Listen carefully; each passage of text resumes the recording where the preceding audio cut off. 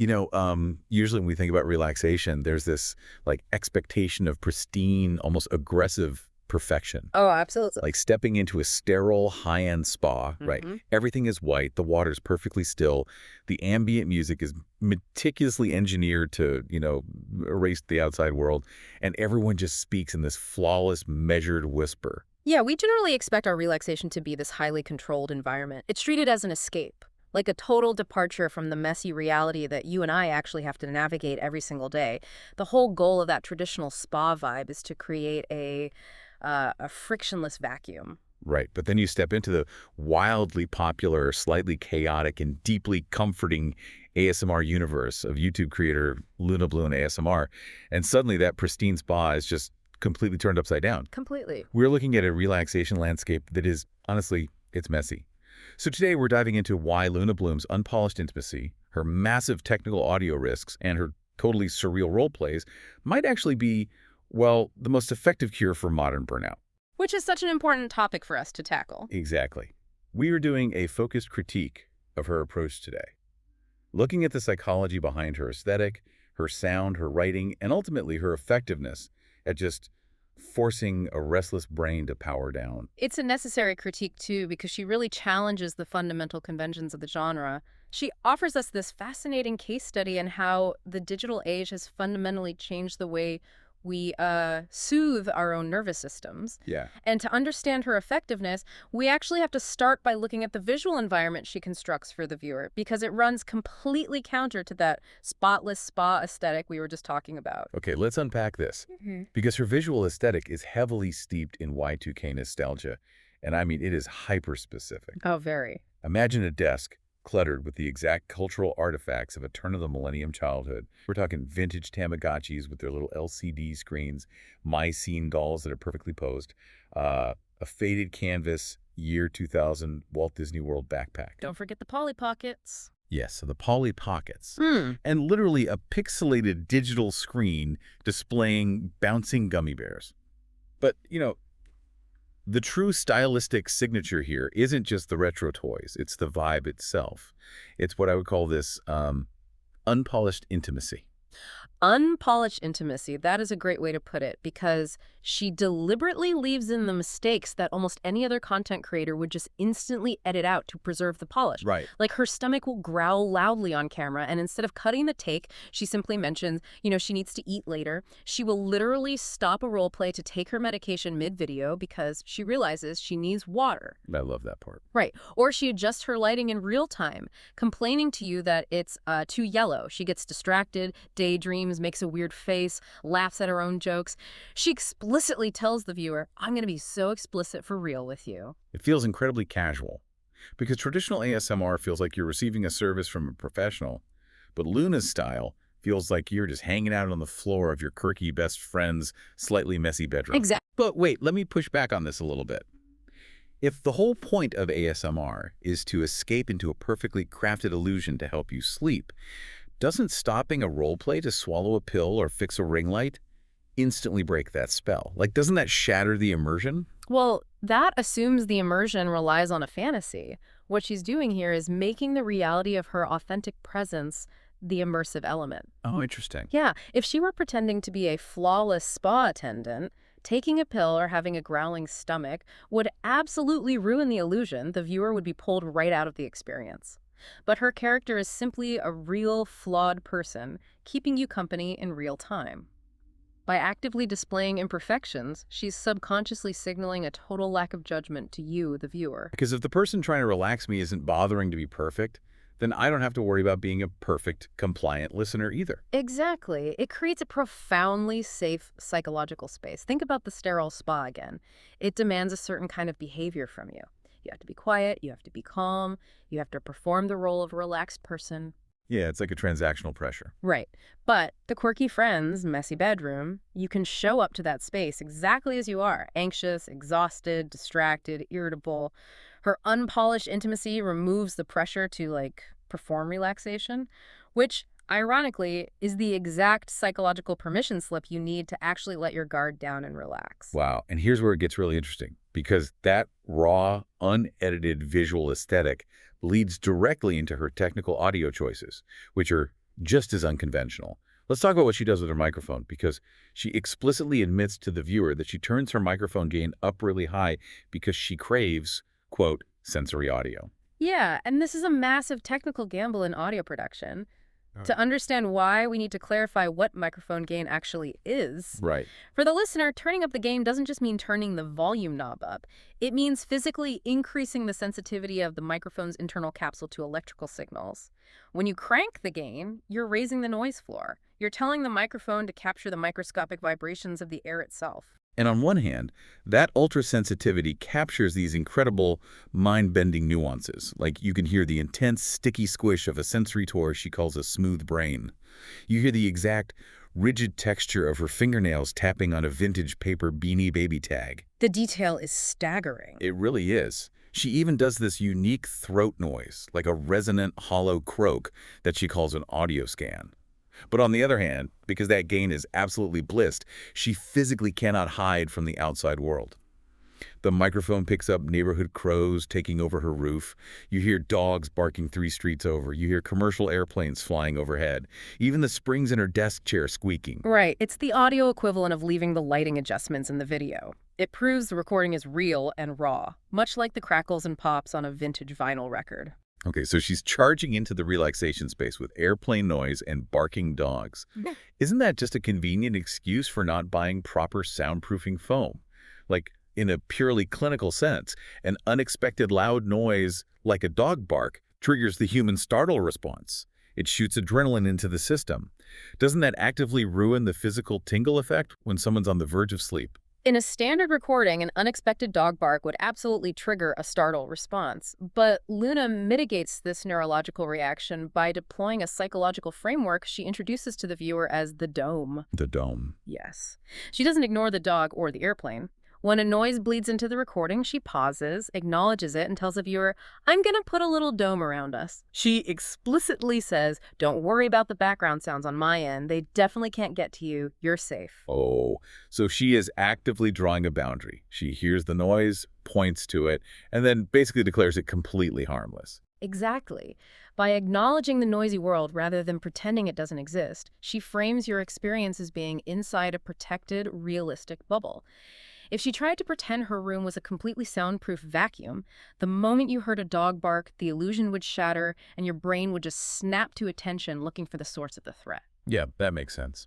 But by admitting the world is noisy, she builds immense trust with the listener's subconscious. It mirrors our own reality. Our minds are noisy. Our homes are noisy. She's demonstrating how to find a pocket of peace amidst the inevitable chaos, rather than demanding the impossible absence of it. She's not silencing the world. She's just stripping the outside world of its threat level, which I think brings us to the actual content of what she's whispering into that highly sensitive airplane-detecting microphone. Right. Because if the audio is raw and the visuals are a Y2K time capsule, we have to look at her role-play writing. So what does this all mean? Well, this is where her critique of the genre becomes incredibly apparent, because she avoids standard ASMR scripts entirely. Yeah, for context, if you browse YouTube for ASMR, there are massive established tropes. You're going to find thousands of slow, methodical medical role plays where someone pretends to be a doctor doing a cranial nerve exam, shining a literal flashlight into your eyes, or doing a very slow, basic makeup application on the camera lens.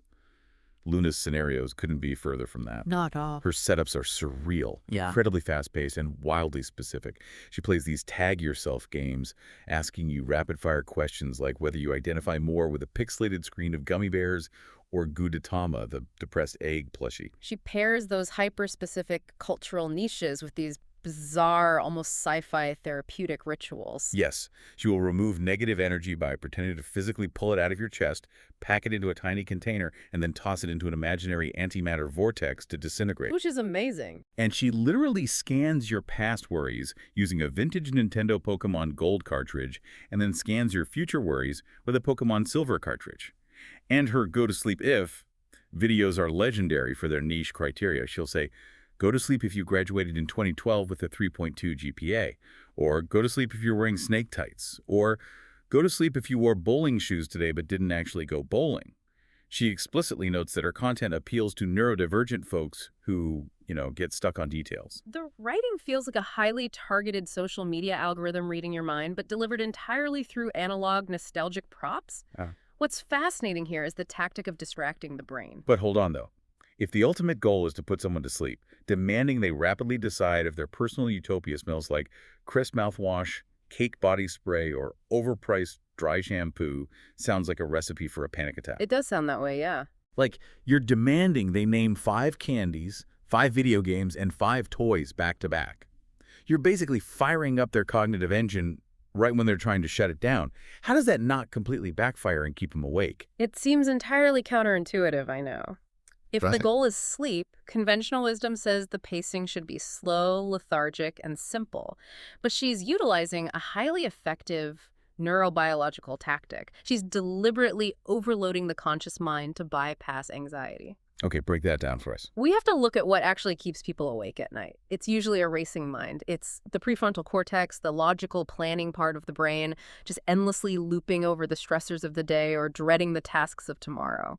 It's like our brains are basically running too many background apps at once, and it's draining the battery. That is the perfect analogy. If a standard, slow ASMR video just tells an anxious person to relax and think of nothing, their brain usually rebels.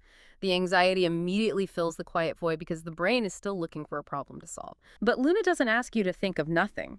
She gives your brain a highly specific, utterly absurd puzzle to solve.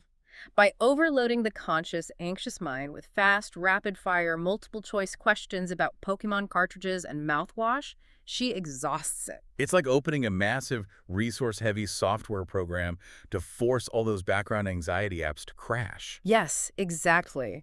Your brain physically cannot allocate processing power to worrying about a looming deadline at work when it's being aggressively forced to decide if you identify more with slime activator or a cool rubber duck. That's hilarious, but so true. She demands your attention so completely with these weird details that the anxious looping thoughts are forced offline. And once that conscious, anxious part of the brain is sufficiently distracted and exhausted by the games, your parasympathetic nervous system, the part of your body responsible for the rest and digest state, is finally allowed to take over and power the body down. It's a cognitive sleight of hand. She's keeping the front of your brain busy juggling vintage toys so the back of your brain can finally go to sleep unnoticed.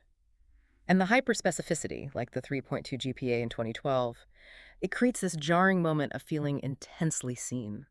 When she hits a criteria that actually applies to you, it shocks you out of your own thoughts. It anchors you aggressively to the present moment. And if we connect this to the bigger picture, if she's successfully using these bizarre 90s nostalgia games to distract the anxious conscious brain, what is she actually slipping into the subconscious while its guard is down? Because the chaos, the high-gain audio, the pixelated gummy bears, they're really just a delivery mechanism for a much deeper thesis. And that thesis is profound, relentless reassurance. Like the mechanism is chaos, but the underlying message beneath all of it is incredibly grounding.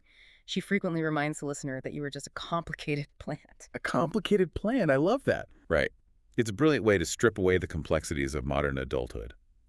Some of the key quotes that really define her critique of modern life are when she leans into that highly sensitive microphone and whispers things like, "Rest is your birthright."